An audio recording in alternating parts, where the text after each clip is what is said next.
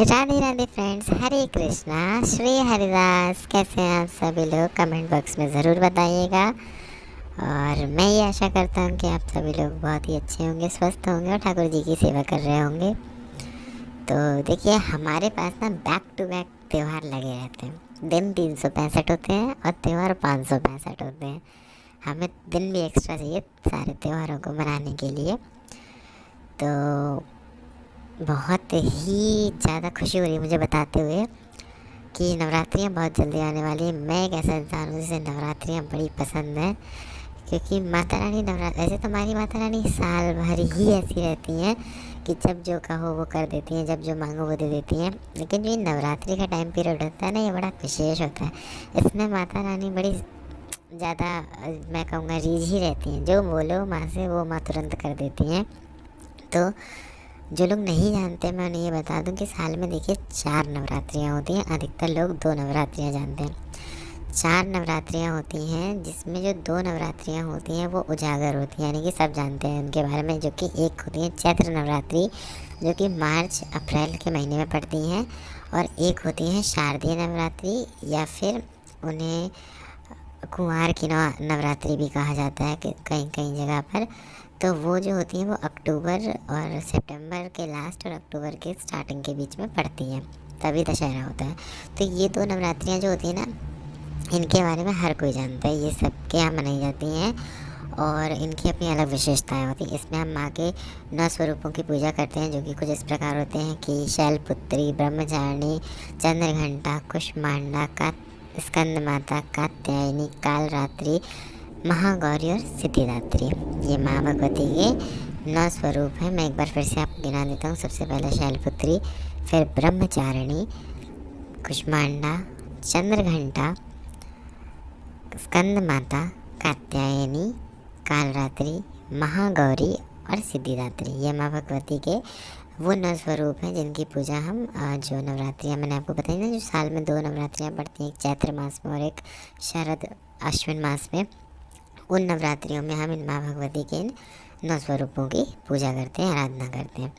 लेकिन इसके अलावा भी जो है वो नवरात्रियाँ साल में बढ़ती हैं 2 और, जिन्हें हम जानते हैं गुप्त नवरात्रि के नाम से। हाँ जी, ये गुप्त नवरात्रियाँ होती हैं और इसमें 10 स्वरूपों की नहीं, 10 महाविद्याओं की पूजा की जाती है। बहुत ही ज़्यादा शक्तिशाली जो 2 नवरात्रियाँ साल में होती हैं, गुप्त नवरात्रियाँ जिन्हें हम कहते हैं, वो बहुत ज़्यादा शक्तिशाली होती हैं। शक्तियाँ इन समय बहुत ज़्यादा उग्र होती हैं, बहुत ज़्यादा प्रचंड होती हैं, और थोड़ी सी पूजा, थोड़े से पाठ में आपको वो मिल सकता है जो आप पूरे जीवन में नहीं हासिल नहीं कर सकते। बहुत विशेष होती हैं साधकों के लिए, तो बहुत ही ज़्यादा विशेष होती हैं। जो लोग यंत्रों की सिद्धियाँ करना चाहते हैं, पूजा पाठ से अलग होकर वो कुछ तांत्रिक क्रियाएं करते हैं, बलियाँ हैं, ये सारी चीज़ों के लिए तो ये गुप्त नवरात्रि सबसे ज़्यादा विशेष मानी गई हैं, क्योंकि इनमें माँ के उग्र स्वरूप, यानी कि जो 10 महाविद्याएँ हैं, जो कि प्रसन्न हो जाए किसी पर तो रंग को राजा और राजा को रंग 2 सेकंड में बना सकती हैं, उनकी पूजा की जाती है। उनको समर्पित ये दिन है। और 10 महाविद्याएँ हैं, इसीलिए ये नवरात्रियाँ 10 दिनों तक चलती हैं। तो कुछ इस प्रकार माँ भगवती के वो 10 जो है नाम हैं, 10 महाविद्याओं के जो नाम हैं वो मैं आपको बता देता हूँ। सबसे पहली महाशक्ति है माँ काली, हमारी माता काली। इसके बाद में माँ तारा माँ, जो कि बंगाल में जिनका मंदिर है। इसके बाद में जो है वो त्रिपुर सुंदरी माता, माँ भगवती का एक महाविद्या स्वरूप त्रिपुर सुंदरी। जो तीसरी जो महाविद्या है, फिर भुवनेश्वरी माता, भुवनेश्वरी चौथी महाविद्या है।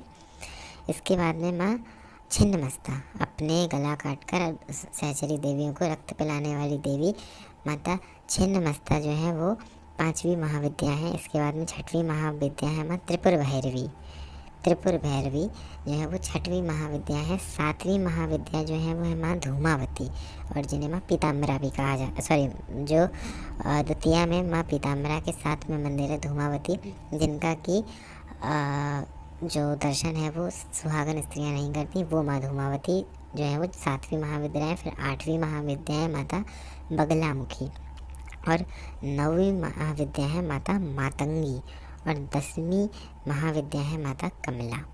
तो ये 10 महाविद्याएँ हैं जिनकी पूजा हम गुप्त नवरात्रियों में करते हैं।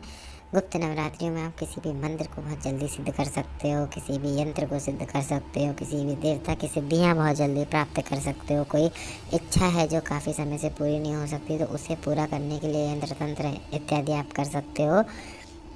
तो ये जो हैं, इन सब चीज़ों के लिए जो गुप्त नवरात्रियाँ हैं वो विशेष रूप से मनाई जाती हैं। अब मैं आपको बताता हूँ कि साल 2024 में साल की पहली गुप्त नवरात्रियाँ कब से स्टार्ट हो रही हैं। तो नवरात्रि जो स्टार्ट हो रही हैं वो 10 फरवरी 2024 से स्टार्ट हो रही हैं और ये 18 फरवरी 2024 तक रहने वाले हैं। फिर से बता देता हूँ, 10 फरवरी 2024 से 18 फरवरी 2024 तक जो गुप्त नवरात्रियाँ हैं वो चलने वाली हैं। तो प्रतिपदा तिथि कब प्रारंभ हो रही है? 10 फरवरी को 4:28 सुबह से जो है वो प्रतिपदा तिथि लग जाएगी। हाँ जी, यानी कि नवरात्रियाँ आ जाएंगी। प्रतिपदा तिथि 10 फरवरी को सुबह 4:28 से लग रही है, जो कि 11 फरवरी को 12:47 रात में रहेगी, यानी कि AM तक रहेगी। मैं एक बार फिर रिपीट करता हूँ, 10 फरवरी को 4:28 सुबह से 11 फरवरी 12:47 तक जो है प्रतिपदा तिथि रहने वाली है। और वैसे तो घट स्थापना इसमें करना कोई आवश्यक नहीं होता है, क्योंकि घट स्थापना जो है वो एक उजागर स्वरूप है। आप घट स्थापना करोगे तो लोग सबको पता चल जाएगा, इवन घर वालों को भी, घर में भी पता चलेगा कि भाई आप गुप्त नवरात्रियाँ कर रहे हो। और आजकल तो मंदिर इतने ओपन स्पेस में बनाने लगे हैं लोग कि कोई भी अगर आपके घर में आता है तो सबसे पहले से मंदिर ही दिखाई देता है, और आप वहाँ घट स्थापना करोगे किसी को भी पता चल जाएगा।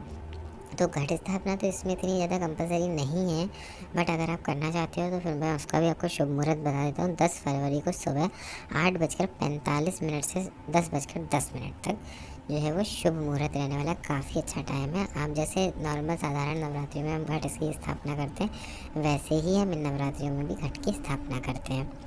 इसके बाद में आ जाता है व्रत करना है। एक क्वेश्चन बहुत ही कॉमन सा है जो कि पूछा जाता है कि क्या हमें व्रत करना ज़रूरी है गुप्त नवरात्रियों में?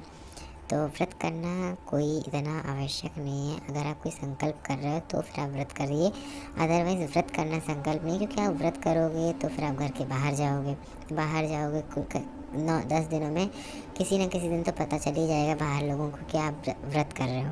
कोई फ़ायदा नहीं रहेगा, क्योंकि गुप्त नवरात्रियों का मतलब ही है आप जो भी साधना कर रहे हो, व्रत पूजा अनुष्ठान कर रहे हो, वो बिल्कुल गुप्त रहे, किसी को भी पता ना चले। इसके बाद में मंत्र जाप। इन नवरात्रियों में मंत्र जाप की जो विशेषता है मैं वो आपको बता नहीं सकता। आप एक मंत्र को सिद्ध करने के लिए 1.25 लाख उसके जाप करें, और 1.25 लाख जाप आप जितने दिन में कर रहे हो उसका बहुत ही कम प्रभाव पड़ेगा। लेकिन आप इन गुप्त नवरात्रियों में किसी भी मंत्र को बहुत रैपिडली जो है वो सिद्ध कर सकते हो। तो मंत्र का जाप अवश्य करें और 10वें दिन उसका दशांश हवन करें। इसके बाद में अखंड दीपक हमें जलाना है या नहीं जलाना है, जैसा कि मैंने पहले भी बताया, जैसे कि घट स्थापना ज़रूरी नहीं है, अखंड दीपक भी कोई खास ज़रूरी नहीं है। लेकिन अगर आप चाहते हैं तो आप जला सकते हैं। अखंड दीपक जलाने से कभी किसी को हानि नहीं होती, हमेशा लाभ होता है। लेकिन एक चीज़ का ध्यान रखिए, वो बुझे ना।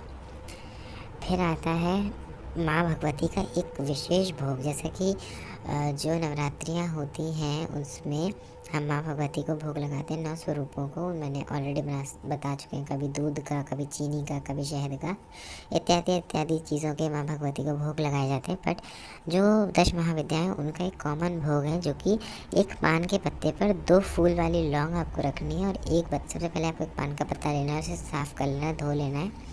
उस पर एक सफ़ेद वाला बताशा, ध्यान रखिए बताशा टूटा ना हो, छेद वेद ना हो बताशे में, और वो रख दीजिए। इसके बाद में उस पर 2 लौंग रखनी है जिसमें फूल हो, यानी कि 1 लौंग का जोड़ा रखना है आपको। आप रखिए और माँ भगवती को उसका भोग लगाइए।